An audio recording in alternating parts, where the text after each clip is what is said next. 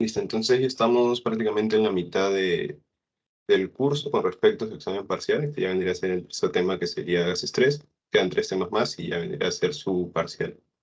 Entonces vamos a continuar con lo que estábamos hablando acerca de la clase pasada. Estábamos hablando un poco de los volúmenes pulmonares, las capacidades pulmonares, sobre un poco sobre la fisiología del aparato respiratorio, los alveolos, bronquiolos, etc. Entonces, solamente para recordar, vamos a ver esto sobre los volúmenes pulmonares, porque esto es bastante preguntado, al igual que las capacidades pulmonares. Entonces teníamos que nosotros, para poder evaluar los volúmenes pulmonares, utilizábamos una prueba que se denominaba espirometría. La espirometría se dividía en simple y forzada. La espirometría simple era la que me permitía justamente poder evaluar estos volúmenes: el volumen de reserva inspiratorio, el volumen de reserva expiratorio, el volumen residual y el volumen tidal. Con estos 4 volúmenes yo podía calcular las capacidades pulmonares. Entonces, teníamos cuando tú tenías una respiración tranquila, tú inspirabas, expirabas, inspirabas, expirabas, y eso correspondía a lo que era el volumen tidal, volumen corriente o volumen de vaivén. Esas 3 denominaciones tienen. ¿Y cuánto era? Aproximadamente 500 mililitros, ¿no? Mililitros. Luego, si tú inspirabas, expirabas, inspirabas, expirabas, en una respiración tranquila, pero inspirabas, expirabas, seguías expirando por debajo del volumen tidal, eso ya correspondía a lo que era el volumen de reserva expiratoria. Y eso era aproximadamente 1100.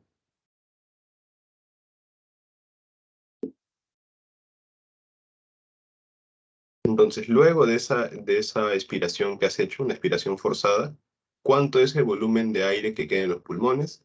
El volumen residual vendría a ser, ¿no? Y es aproximadamente 1200.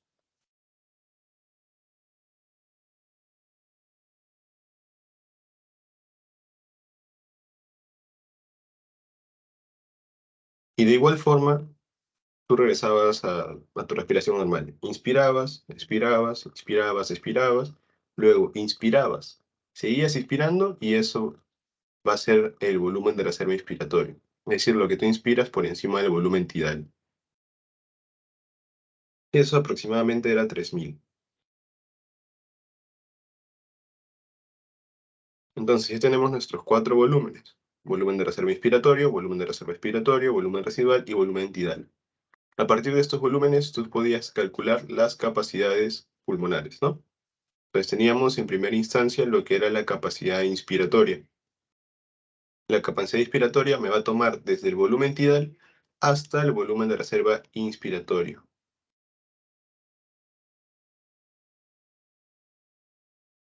Entonces sería la suma del volumen de reserva inspiratorio, porque estamos hablando de capacidad inspiratoria, más el volumen tidal o volumen corriente, ¿no? Y esto era aproximadamente 3500. 3500 cc o 3500 milímetros, ¿no? Mililitros, perdón. Por otro lado, teníamos lo que era la capacidad residual funcional, que vendría a ser ese volumen de aire que va a quedar ese volumen de aire que queda en los pulmones luego de una expiración normal. Y entonces esto se podía calcular a través de la suma de estos 2 volúmenes, ¿no? Del volumen de reserva expiratorio más el volumen residual. Y esto era 2300 más o menos.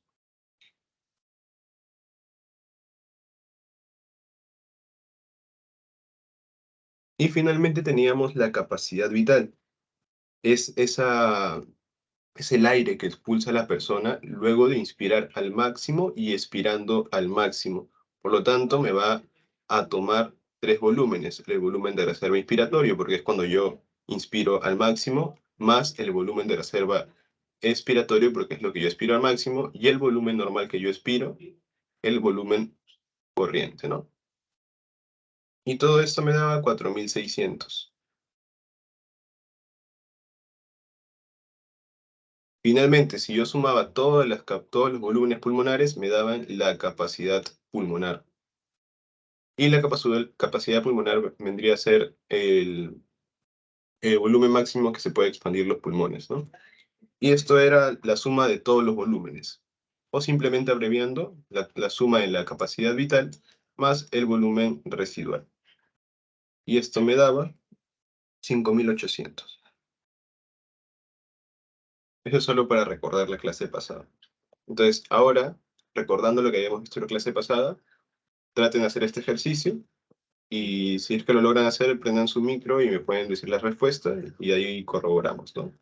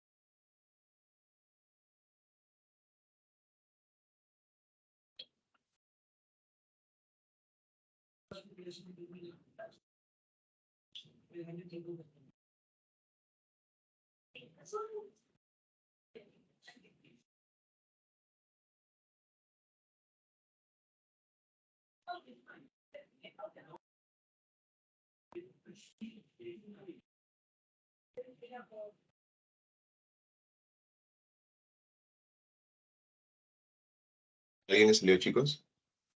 Por el chat también pueden preguntar, pueden mandar su respuesta.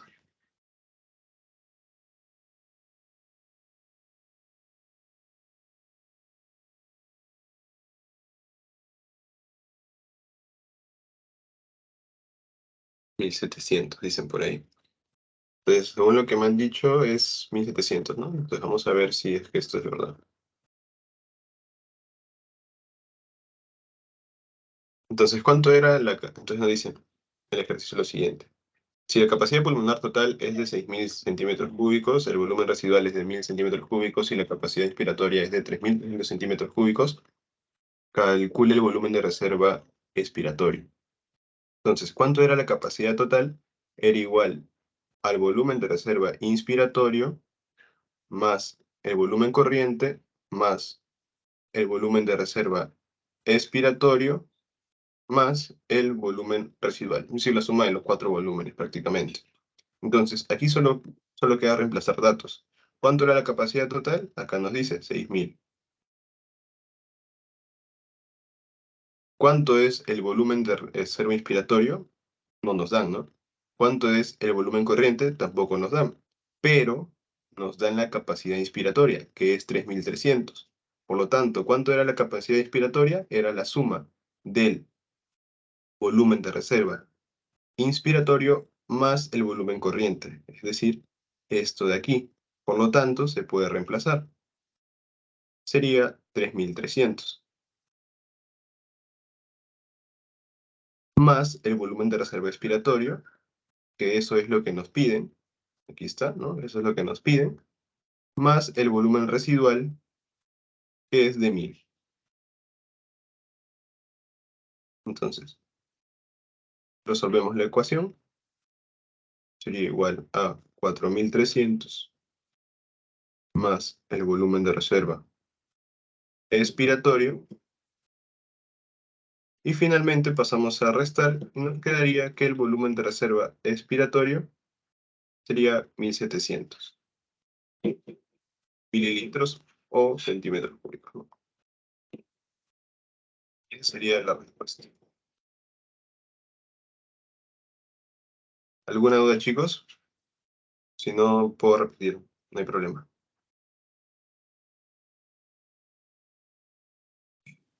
Sí, está claro.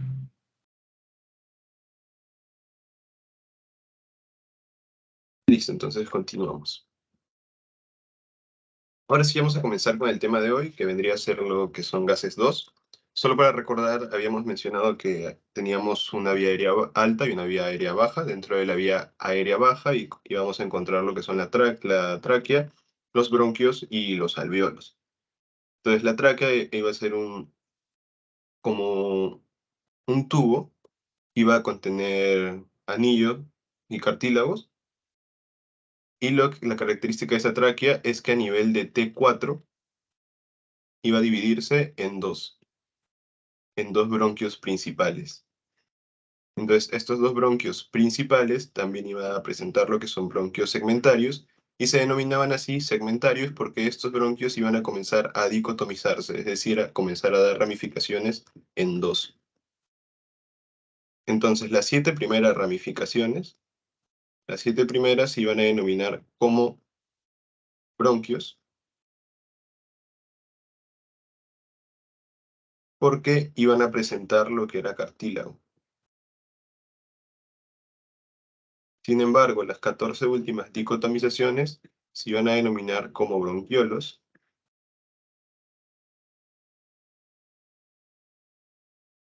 porque ya iban a perder su cartílago.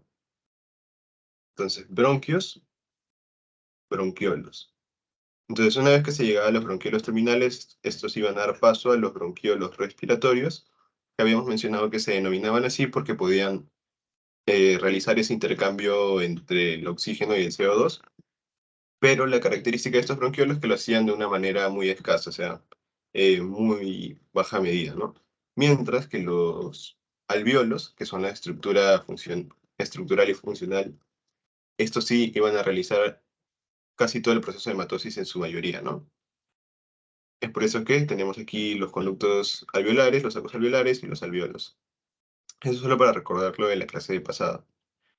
Entonces, un término que debe quedar grabado el día de hoy es la hematosis. Bruno, estoy saliendo. Ahorita vengo.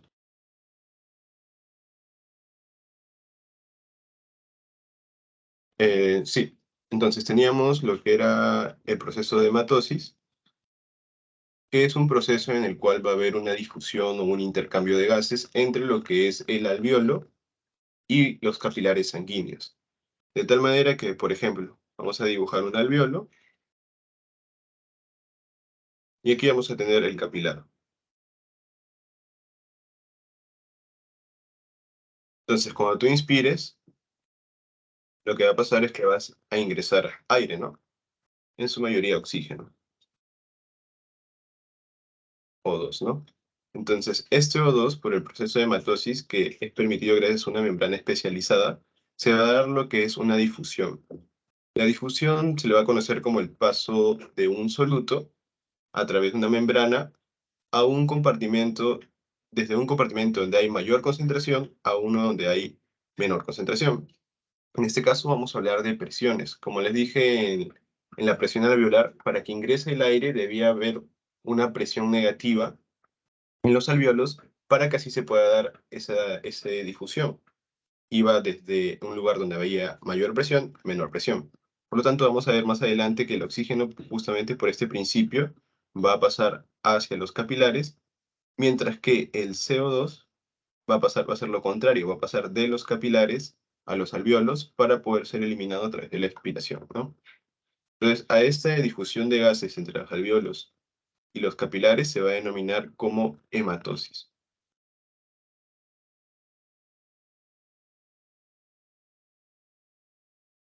Ahora hablando un poco sobre las presiones parciales, primero tenemos que definir lo que es la presión.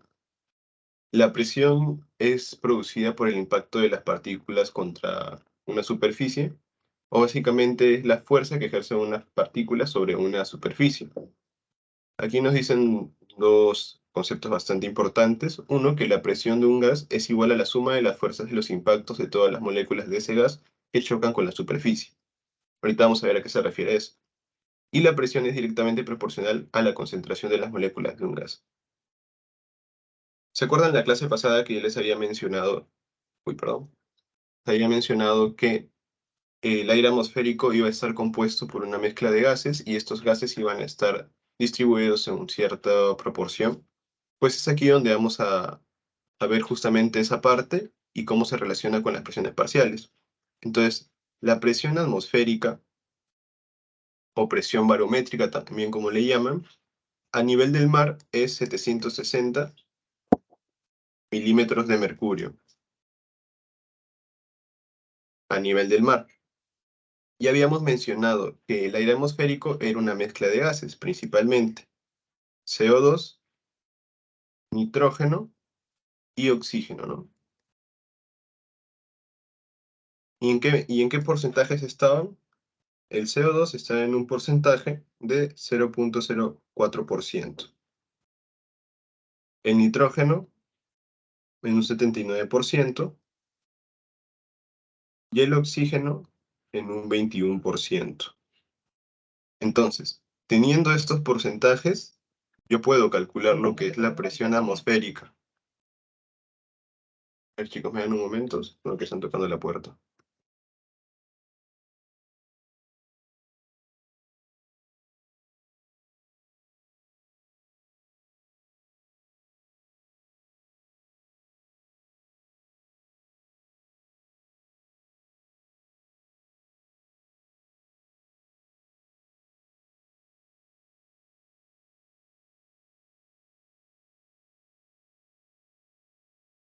Chicos, perdón.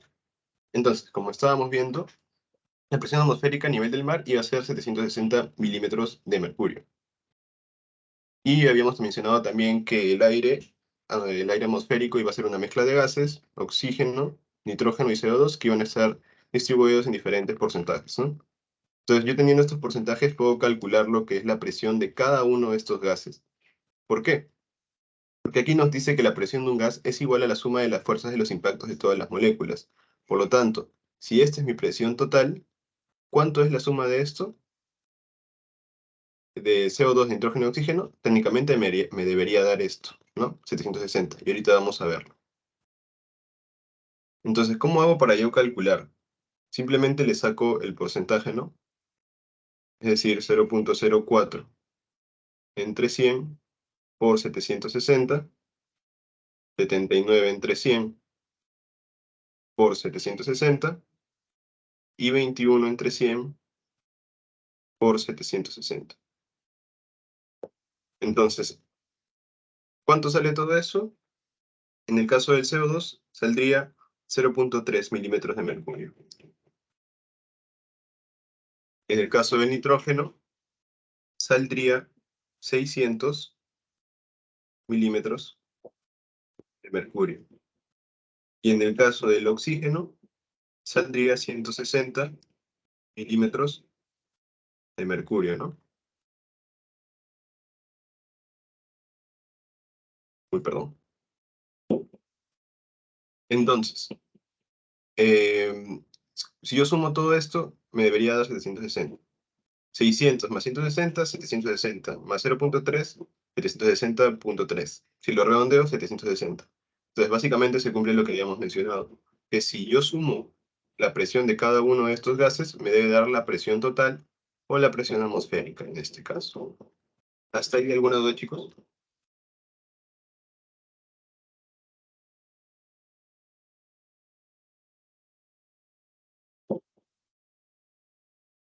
No, claro.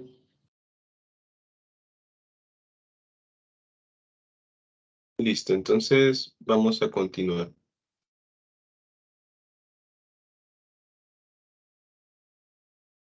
Ahora vamos a ver una ley que vendría a ser lo que es la ley de Dalton. La ley de Dalton nos dice que la presión total de una mezcla de gases corresponde a la sumatoria de las presiones parciales de cada uno. Entonces, la presión total va a ser igual a la sumatoria de los gases. Es decir, si yo tengo una presión total, esta va a ser igual a la presión 1, la presión 2, y así sucesivamente, ¿no? Y justamente lo que habíamos visto hace un momento. ¿Cuánto era mi presión total? Hablando acerca de la presión atmosférica, a nivel del mar, era 760, ¿no? ¿Cuánto era mi presión de oxígeno? Más mi presión de CO2, más mi presión de nitrógeno era 160, 0.3 y 600. Si yo sumaba todo eso, ¿cuánto me daba? 760. Por lo tanto, se cumple la ley de Dalton. Si tú sumas cada uno de los gases, me va a dar la presión total. Y otro punto aquí que me olvidé de comentarles es que la presión es directamente proporcional a la concentración de las moléculas de gases.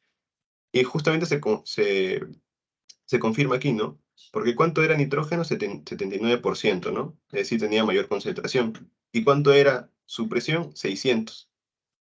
Es decir, que la presión es directamente proporcional a la concentración de las moléculas de un gas. Ahora tenemos lo que es la ley de Henry. La ley de Henry nos ayuda a poder determinar las presiones parciales, pero tomando en cuenta lo que es la concentración del gas y el coeficiente de solubilidad. Eso no se olvide, el coeficiente de solubilidad. Entonces ya habíamos visto que la concentración de un gas disuelto iba a ser directamente proporcional a la presión del gas. Es decir, si aumenta la concentración, aumenta la presión. Sin embargo, la presión parcial, la presión va a ser inversamente proporcional al coeficiente de solubilidad. ¿Qué quiere decir? Que si aumenta el coeficiente de solubilidad, entonces disminuye la presión parcial. Y esto vamos a verlo aquí a continuación. Tenemos el coeficiente de solubilidad de algunos gases: oxígeno, dióxido de carbono, monóxido de carbono, nitrógeno. Y vamos a ver que el dióxido de carbono es el que tiene mayor coeficiente de solubilidad con 0.57. Por lo tanto, habíamos mencionado que esto iba a ser inversamente proporcional. Y justamente es lo que habíamos visto, porque ¿cuánto era la presión de dióxido de carbono? Era 0.3, ¿no? Era el menor de los tres gases que habíamos visto, pero su coeficiente de solubilidad es mayor. Entonces, justamente se cumple esa ley, ¿no? Y es como si se invirtieran los papeles, porque cuando estábamos hablando de la presión parcial, el que tenía mayor presión era el nitrógeno, luego le seguía el oxígeno y en tercer lugar el dióxido de carbono. Y ahora cuando estás hablando de coeficiente de solubilidad, se invierte. El que tiene mayor coeficiente es el dióxido de carbono, le sigue el oxígeno y finalmente el nitrógeno. Otro punto bastante importante es la velocidad neta de difusión. La velocidad neta de difusión, bueno, va a tomar estos parámetros, que en verdad no es muy importante que se lo aprendan por ahora. Solo tienen que saber que esta velocidad de difusión va a estar determinada por la ley de Fick. Y esto es lo que quiero que se lleven de esta diapositiva: los coeficientes de difusión. Justamente como habíamos visto, había coeficientes de solubilidad, pero ahora tenemos los coeficientes de difusión. Y de igual forma vemos que el que tiene mayor coeficiente de difusión, ¿cuál es? El dióxido de carbono, el CO2. Y este es un dato que también pregunta bastante. El CO2 es 20 veces más difusible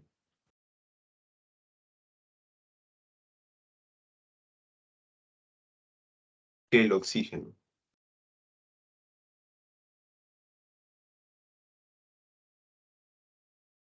Entonces no se olviden de eso. Ley de Dalton, sumatorio. Ley de Fick, difusión. Y ley de Henry, solubilidad. Eso también suelen preguntar bastante. Te ponen las presiones parciales donde interviene la concentración del coeficiente de solubilidad, corresponde a la ley de tal. Ley de Fick, te ponen ley de Henry, de Dalton, y te ponen para marcar. Sin embargo, más adelante les voy a dar unas palabras claves que pueden recordar para poder más o menos relacionar cada ley con esta palabra clave. Porque todavía falta hablar una ley más, así que cuando hablemos de las cuatro, y ahí les voy a dar un resumen de cómo poder identificarlos más rápido. Ahora tenemos otro concepto bastante relevante, que es la presión de vapor o presión de vapor de agua. Este concepto básicamente nos dice lo siguiente: cuando tú inspiras, tú sabes que estás inspirando un aire seco, un aire frío. Entonces, lo, lo que hace esta presión de vapor de agua es humidificar y calentar el aire inspirado. El aire inspirado. Esa es la función básicamente de la presión de vapor de agua. Y esta es una pregunta de examen también. ¿Cuánto es la presión de vapor de agua a temperatura corporal? 47 milímetros de mercurio. No se olviden, esto es bastante preguntado también. La presión de vapor de agua eh, a temperatura corporal es de 47 milímetros de mercurio. Ahora, la presión de vapor de agua va a ser directamente proporcional a la temperatura, que quiere decir que si aumenta la temperatura, aumenta la presión de vapor de agua. Por ejemplo, ustedes cuando van a hacer una sopa ponen a hervir el agua y este agua, conforme vaya aumentando su temperatura, vamos a ver que cuando llega ya a una temperatura más o menos de, bueno, cuando el agua llega a un estado de ebullición, lo que va a pasar es que algunas veces van a ver que la tapa se comienza a mover.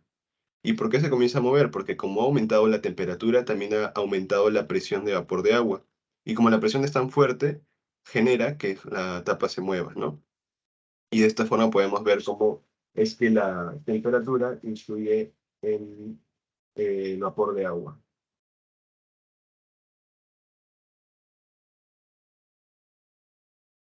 ¿Hasta ahí, chicos, alguna duda?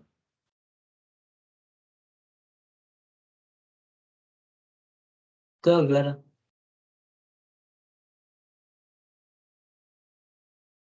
Listo, entonces aquí tenemos esta tabla donde básicamente nos permite ver la presión que tienen cada uno de estos gases, pero cuando se encuentra en el aire atmosférico, cuando se encuentra en el aire humidificado y cuando se encuentra ya a nivel alveolar.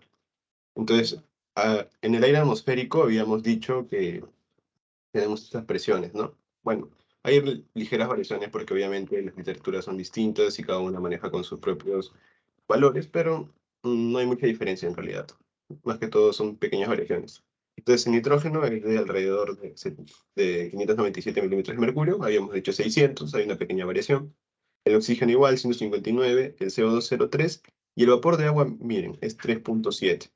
Pero ¿qué pasa una vez que nosotros inspiramos? Una vez que nosotros inspiramos, la presión de vapor de agua me permite humidificar el aire. Entonces, como se ha humidificado, mi presión aumenta, siendo 47, que ese dato habíamos mencionado hace un momento. A nivel, perdón, a temperatura corporal, la presión de vapor de agua es 47 milímetros de mercurio.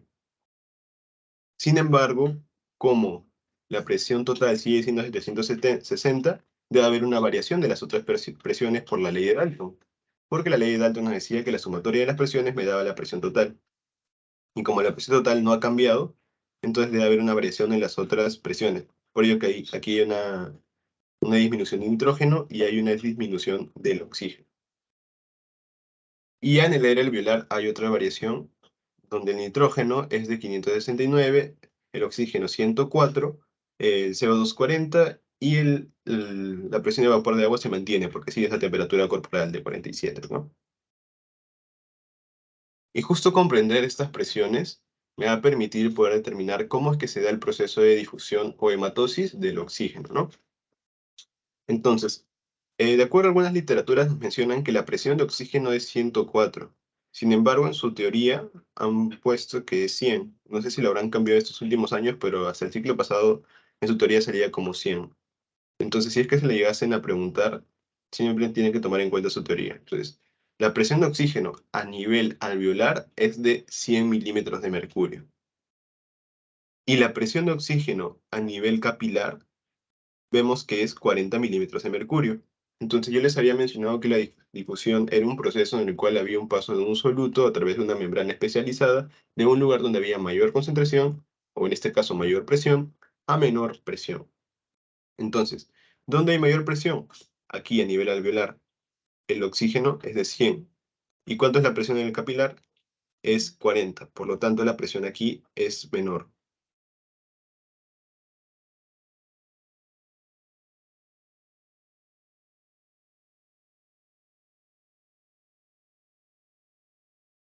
Entonces, ¿cómo es que se va a dar la difusión del oxígeno? Como el oxígeno se va a difundir de un lugar donde hay mayor presión a menor presión, el oxígeno se dirige hacia los capilares y va a tener que atravesar toda una membrana alvéolo capilar, que ya vamos a verla más adelante.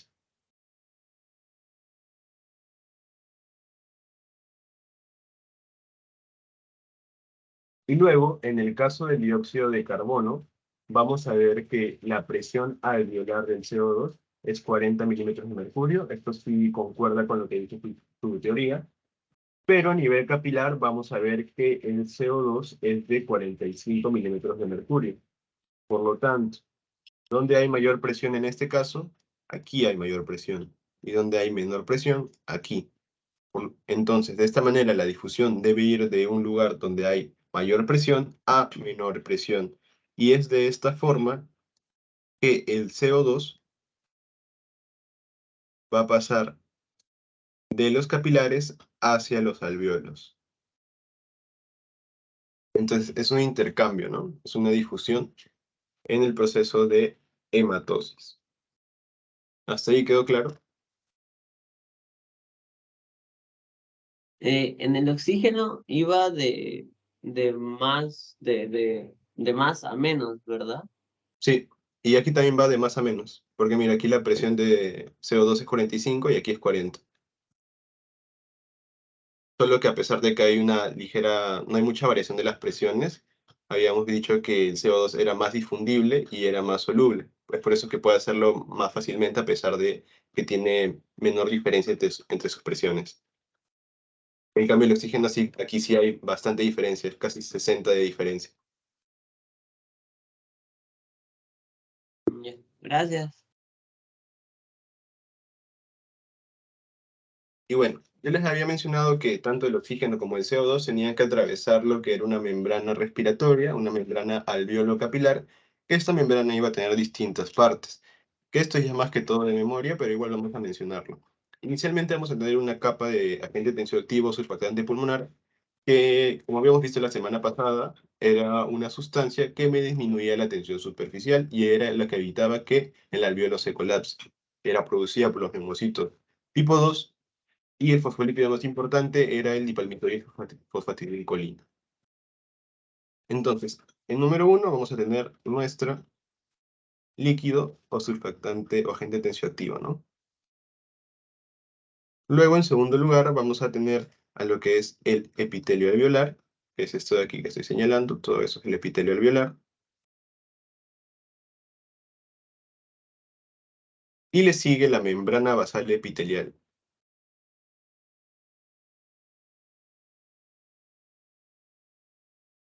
Finalmente, el espacio intersticial, que va a ser esto de aquí.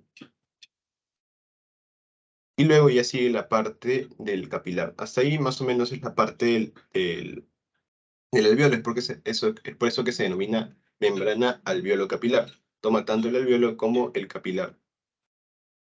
Y aquí ya comienza lo que es la parte del capilar. Tenemos la membrana basal capilar, tenemos y tenemos finalmente el endotelio capilar, ¿no? Que es esto de aquí. Perdón.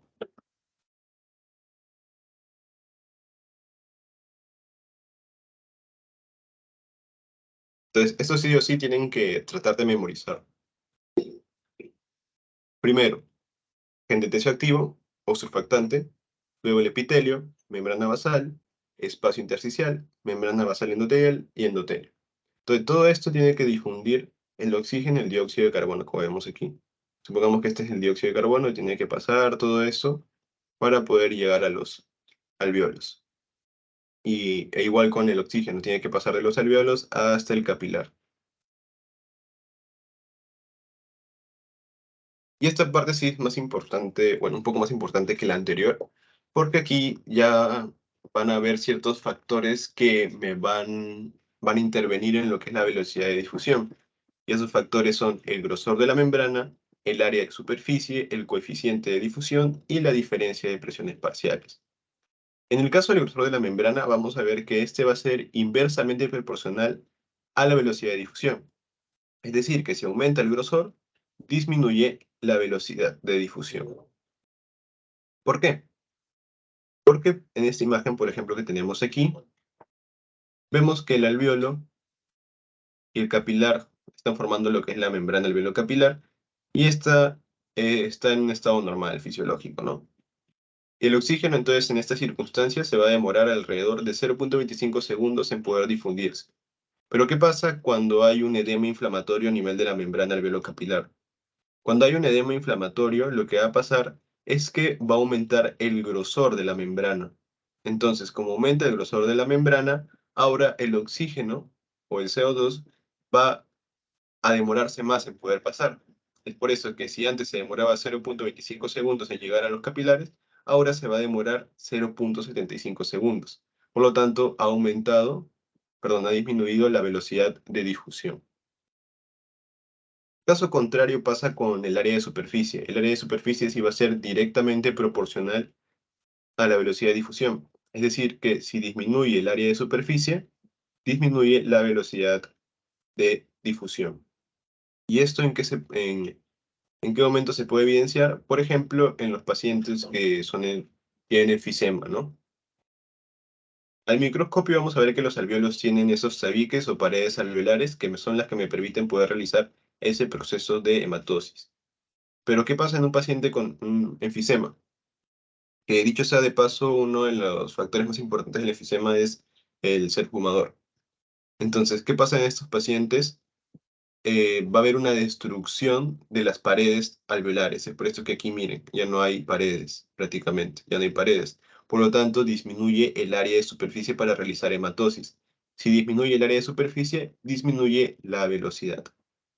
Entonces, no se olviden, en el enfisema hay una pérdida del área de superficie que condiciona a la disminución de la velocidad. Y en el caso del edema, hay un engrosamiento de la membrana y esto también va a afectar la velocidad.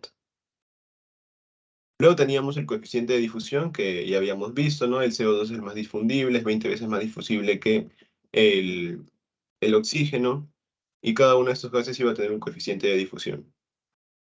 Y finalmente teníamos la diferencia de presiones parciales. Habíamos mencionado que tanto en el capilar como en el alveolo debería haber una diferencia de presiones para que se pueda realizar esa difusión. En el caso del oxígeno pasaba del alveolo al capilar porque en el alveolo tenía 100 milímetros de mercurio y en el capilar 45 o 40, si no me equivoco. Y luego en los el CO2 era lo contrario. En el capilar tenía mayor presión y en alveolo tenía menor presión, por lo tanto pasaba del capilar al alveolo. Y bueno, ahí estamos casi por el final. Vamos a hablar acerca del transporte de oxígeno. El transporte de oxígeno, ¿cómo se da? Existe una proteína bastante importante. ¿Alguien sabe?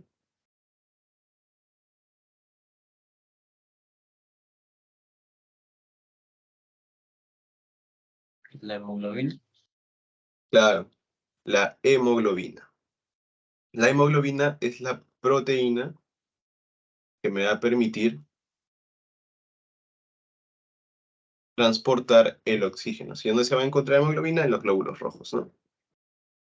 Entonces, esta hemoglobina va a tener 4 cadenas, y estas 4 cadenas va a poder fijar el oxígeno. Sin embargo, esta unión entre el oxígeno y la hemoglobina va a ser una unión muy débil y reversible. ¿Y por qué debe ser una unión débil y reversible? Porque la hemoglobina solo transporta. Una vez que llega a los tejidos donde debe dejar el oxígeno, esto se va a desligar y va a pasar el oxígeno hacia los tejidos, porque el oxígeno es bastante importante para diferentes actividades metabólicas por parte de la célula.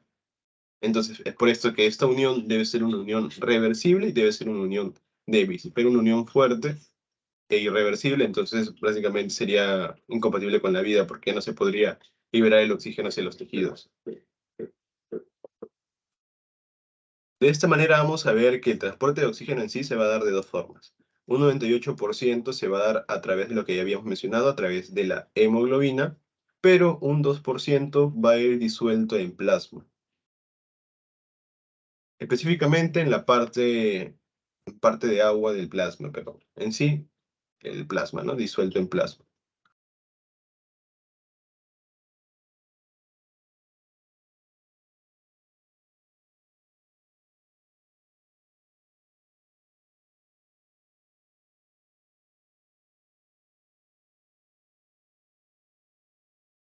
Listo. Ahora, otro punto importante que debemos saber es que en 100 mililitros de sangre, vamos a encontrar 15 gramos de hemoglobina.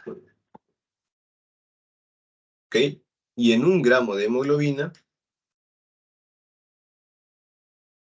vamos a encontrar 1.34 mililitros de oxígeno. Por lo tanto, en 100 mililitros, ¿cuánto oxígeno puedo transportar? Simplemente multiplicamos 15 gramos por 1.34 y esto va a ser igual a 20.1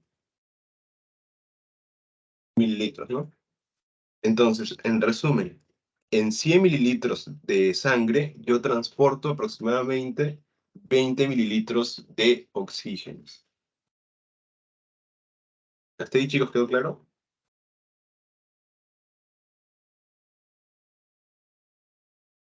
Sí, todo bien.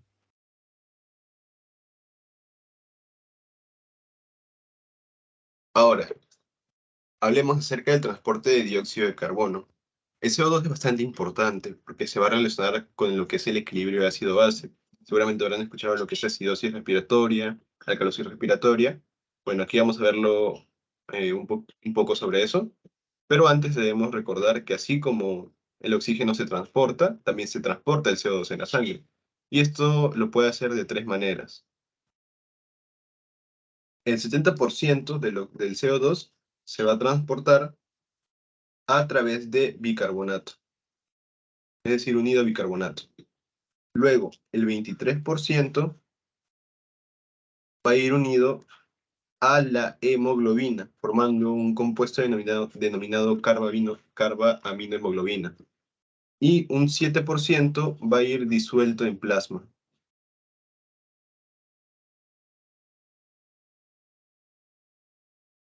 Entonces, 70% unido a bicarbonato, 23% unido a hemoglobina y 7% disuelto en plasma. Ahora sí vamos a hablar acerca del trastorno en el equilibrio ácido-base. Primero debemos hablar acerca del pH.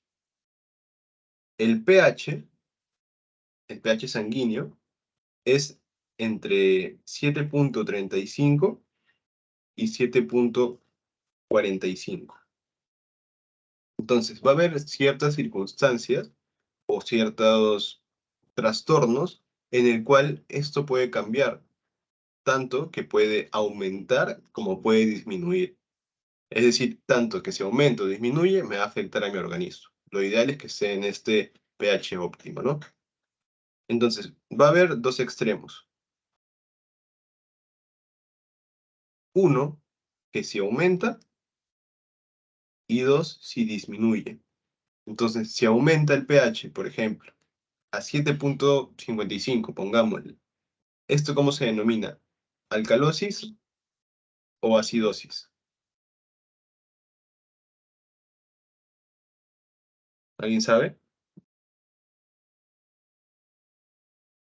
¿Alcalosis o acidosis?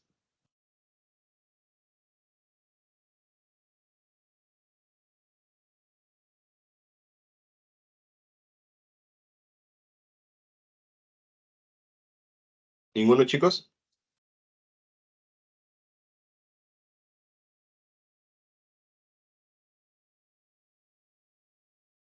Bueno, ninguna de las dos respuestas es. No es ni alcalosis ni es acidosis. Cuando tú estés hablando acerca solamente el pH, o cuando tú estés evaluando solo el pH, o se denomina acidemia o se denomina alcalemia. Acidosis y alcalosis recién se van a denominar cuando tomes en cuenta lo que es el CO2 o el bicarbonato. Así que eso grábenselo, para que no se confunda en otra oportunidad. Cuando solo se pregunte sobre el pH, o dices alcalosis, perdón, o dices alcalemia o dices acidemia. En este caso vamos a ver que si aumenta, se va a denominar como alcalemia. Y por otro lado, si disminuye, se denomina acidemia. Ahora, La alcalemia puede ser explicado por dos fenómenos. Y es ahí donde interviene el CO2. Puede ser explicado por dos fenómenos. Y la acidemia, a su vez, también puede ser explicado por dos fenómenos. Uno es por una disminución del CO2 y dos puede ser por un aumento del bicarbonato. Y la acidemia, por su parte, puede ser por un aumento de CO2 o por una disminución del bicarbonato. Básicamente lo contrario, ¿no?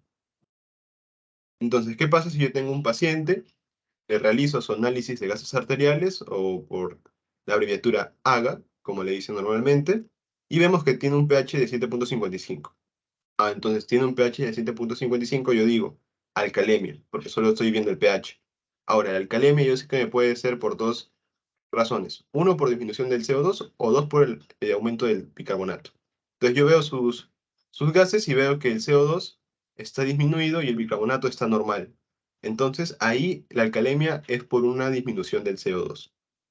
Y esto ahora sí, como se denomina, como alcalosis respiratoria. Igual, tengo el mismo paciente, vimos aumentado su pH, está en alcalemia, pero ahora vemos que su CO2 está normal, pero su bicarbonato está aumentado. Entonces, en este caso ya estaríamos hablando de una alcalosis metabólica.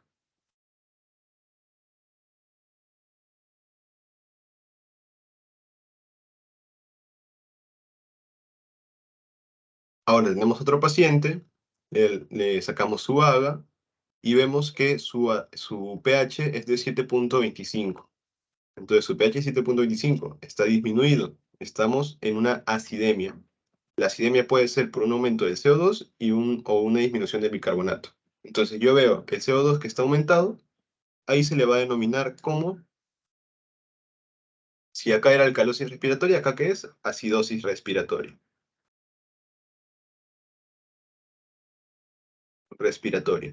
Y en el caso del bicarbonato, si acá era alcalosis, acá es acidosis metabólica. ¿Alguna duda, chicos, hasta ahí?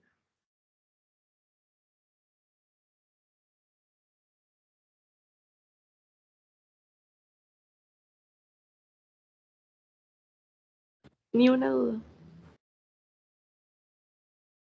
Listo. Entonces, esto es lo básico que deben saber para el siguiente ciclo, o bueno, acá 2 ciclos más o menos que ya en bioquímica, porque ahí ya va a intervenir otros factores. Por ejemplo, les pueden preguntar, no sé, si ven que está en una acidosis respiratoria, una acidosis metabólica, más que todo en la metabólica, cómo puedo compensarlo, etcétera, ¿no? Pero con que se queden con esta parte de aquí es suficiente, porque yo tampoco sabía esto cuando llevé física. Esto recién lo aprendí ya a la mala más adelante, como en cuarto, quinto ciclo, pero me hubiera gustado que me lo expliquen así en física, ¿no? Para poder ir un poco con más base a los siguientes temas. Y aquí tenemos un ejemplo para que puedan ponerlo en práctica. Tenemos un paciente que se le realiza el análisis de gases arteriales y obtenemos los siguientes resultados. Entonces, para que no se olviden, el pH, ¿cuánto era el rango normal? 7.35 a 7.45. Y esto es lo que yo hago para poder acordarme el resto. En el caso del bicarbonato, perdón, del CO2, tomo estos valores, de 35 a 45. En el caso del bicarbonato, si no me equivoco, era 24 más menos 2. Y en el caso de la presión de oxígeno es de 80 a 100. Esos son los valores normales, ojo, valores normales. Ahora sí, chicos, díganme si este paciente tiene una alcalosis, tiene una acidosis, y si esa alcalosis es metabólica, es respiratoria.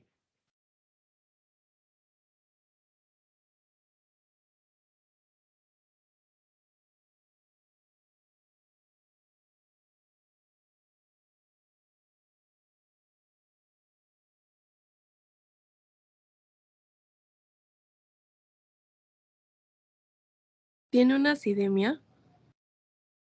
Sí, tiene una acidemia. Ya viste que tiene una acidemia. Ahora, ¿por qué es esta acidemia? ¿Por un aumento del CO2? ¿Por una disminución del bicarbonato?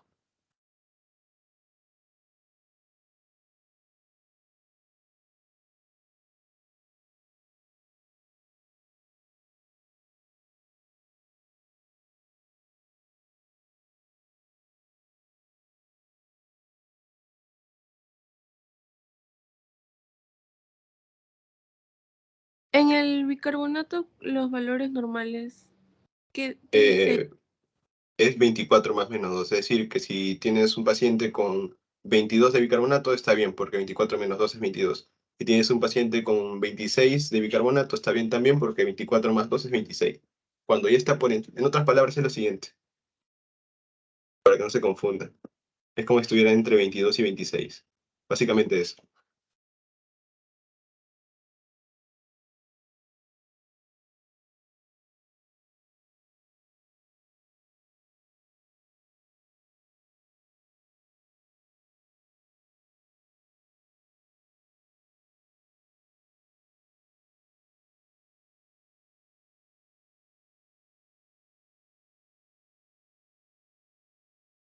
Acidosis metabólica. Sí, muy bien. Ahora vamos a ver por qué es una acidosis metabólica. Entonces, lo primero que les dije que tenemos que evaluar es el pH. En este caso vemos que el pH es de 7.25. ¿Eso está aumentado o está disminuido? Disminuido. Muy bien, disminuido. Entonces, cuando estábamos hablando solo del pH, se denominaba como acidemia. Entonces, la acidemia iba a ser explicada por dos fenómenos. Uno, por aumento del CO2. Dos, por disminución del bicarbonato.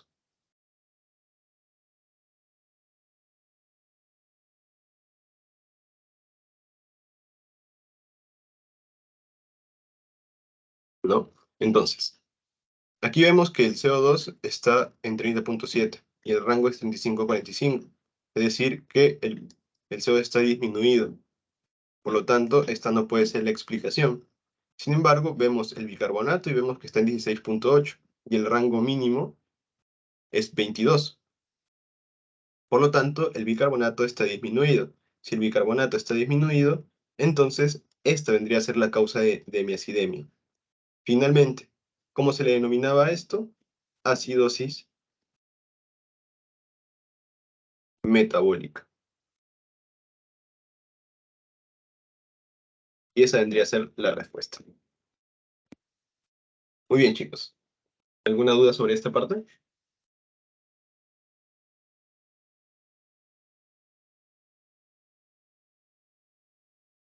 Está claro. Y bueno, ya vamos a terminar, quedan dos diapositivas. Ahora vamos a hablar acerca del hiperbarismo. Como su mismo nombre lo dice, el hiperbarismo vendría a ser un aumento de la presión barométrica. ¿Y en qué circunstancias se va a dar este aumento? Cuando estemos bajo el nivel del mar. Sobre todo los buzos, ¿no? Entonces, aquí vamos a tener la ley que les dije, la ley de Boyle. La ley de Boyle-Mariot, creo, Mariot. Esa parte sí, no me acuerdo, ¿verdad? La segunda parte del nombre de la ley, pero con que se acuerden ley de Boyle, suficiente. La ley de Boyle es importante porque nos dice lo siguiente. La ley de Boyle nos dice que si aumenta la presión, entonces disminuye el volumen. Por lo tanto, si esta persona está bajando hacia las profundidades, va a ir aumentando la presión. Pero ¿qué va a pasar con sus pulmones? Va a disminuir su volumen. Y esto se va a deber porque los gases van a comprimirse y esto va a reducir el volumen del pulmón. Ahora, hasta aquí podría decir que todo bien, es una adaptación que tiene el pulmón para estas circunstancias, ¿no? Para esta presión. Ahora, lo que pasa es que hay algunas personas que cuando, por ejemplo, no son expertas o son principiantes, usualmente regresan rápido a la superficie, o sea, de una manera muy brusca. Pero lo normal debería ser que lo hagan de una manera lenta, porque si no pasaría lo siguiente. Por la misma ley, si tú vas subiendo a la superficie, va a ir disminuyendo tu presión. Y caso contrario, por la ley de Boyle, va a ir aumentando tu volumen. Entonces, si tú lo haces de una manera muy brusca, lo que va a pasar es que tu pulmón se va a sobreexpandir. Y como se sobreexpande, esto va a condicionar a que se pueda dar un neumotórax o una embolia gaseosa. ¿Por qué? Supongamos que no sé si han visto en series o en dibujos, que hay una cajita que ustedes lo comprimen, que es para hacer bromas más que todo, y cuando lo abren sale un resorte, ¿no? O algo así, o como una serpiente. Más o menos así pasa con el pulmón. Cuando tú bajas, perdón, las profundidades del océano, es como si estuvieras comprimiendo esa cajita, o sea, estás metiendo a la serpiente. Y cuando tú regresas de manera brusca a la superficie, esa serpiente sale con fuerza, ¿no? Pero en este caso tu pulmón es el que sobreexpande. Y de esta manera va a condicionar esos dos trastornos o esas dos afectaciones que les mencioné. Uno, un neumotórax. Neumotórax, ¿por qué? Porque el pulmón se colapsa, por lo tanto el aire se va a ir hacia el espacio pleural y esto se le conoce como neumotórax. Y luego también puede haber una embolia gaseosa. Una embolia gaseosa porque como se ha escapado, se ha colapsado el pulmón, entonces parte de este aire puede difundirse a través de la sangre en forma de, formando lo que es una embolia gaseosa. Es por eso que si bien algunas personas cuando son buzos y regresan a la superficie, eh, a los días pueden estar normal, a los años pueden estar normal, pero llega un punto en que de la nada están caminando y se desmayan. Esto es por una embolia gaseosa. Ha obstruido algún vaso sanguíneo y esto ha condicionado a que le dé por ejemplo, un paro, ¿no?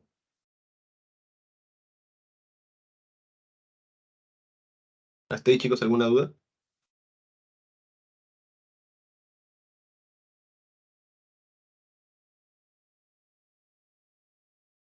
Ninguno. Y caso contrario está el hipobarismo. El hipobarismo es una disminución de la presión atmosférica. Habíamos mencionado que la presión atmosférica a nivel del mar, atmosférica, era 760 milímetros de mercurio, ¿no? Pero ¿qué pasa en las ciudades que se encuentran en altura? Como por ejemplo, Huánuco, si no me equivoco, Huánuco es altura. Más o menos en Huánuco, lo que va a pasar es que va a disminuir lo que es la presión. Entonces la presión barométrica ya no va a ser 760, sino que puede ser menor, por ejemplo, 523 milímetros de mercurio. Entonces, si ha disminuido mi presión total, también disminuye mi presión parcial de oxígeno. Disminuye mi presión parcial de oxígeno, esto va a afectar a lo que es la velocidad de difusión, y esto finalmente va a condicionar a que llegue menor cantidad de oxígeno a los tejidos.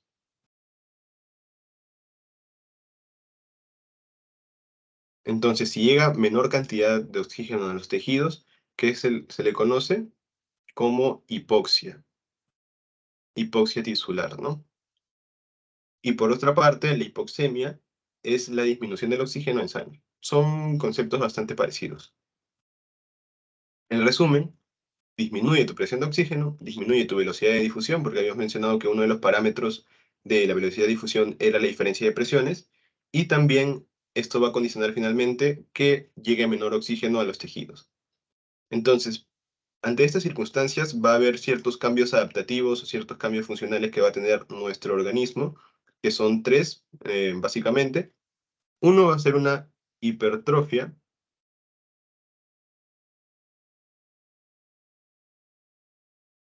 del ventrículo izquierdo. Esto claramente va a ser en situaciones crónicas, ¿no? Si es que tú te vas de viaje, no es que te va a dar una hipertrofia del ventrículo izquierdo. Es más que todas las personas que ya se encuentran viviendo o residiendo en, en esas ciudades, por ejemplo. Una hipertrofia del ventrículo izquierdo. Luego, otro cambio adaptativo es la taquipnia. La taquipnia es un aumento de las respiraciones por minuto, ¿no? Y esto sí es lo que puede verse cuando ustedes viajan y no están acostumbrados. Usualmente como es el propio organismo, ¿no? Te falta oxígeno, entonces tú tratas de poder inspirar lo más que puedas y para ello aumentas tus respiraciones, ¿no? Y finalmente, otro de los cambios funcionales es la poliglobulia.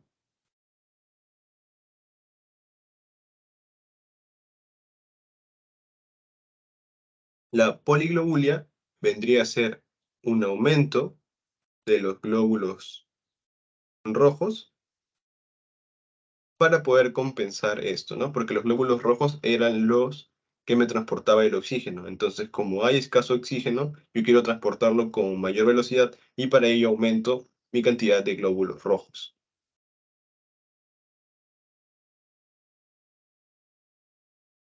¿Hasta ahí, chicos, alguna duda?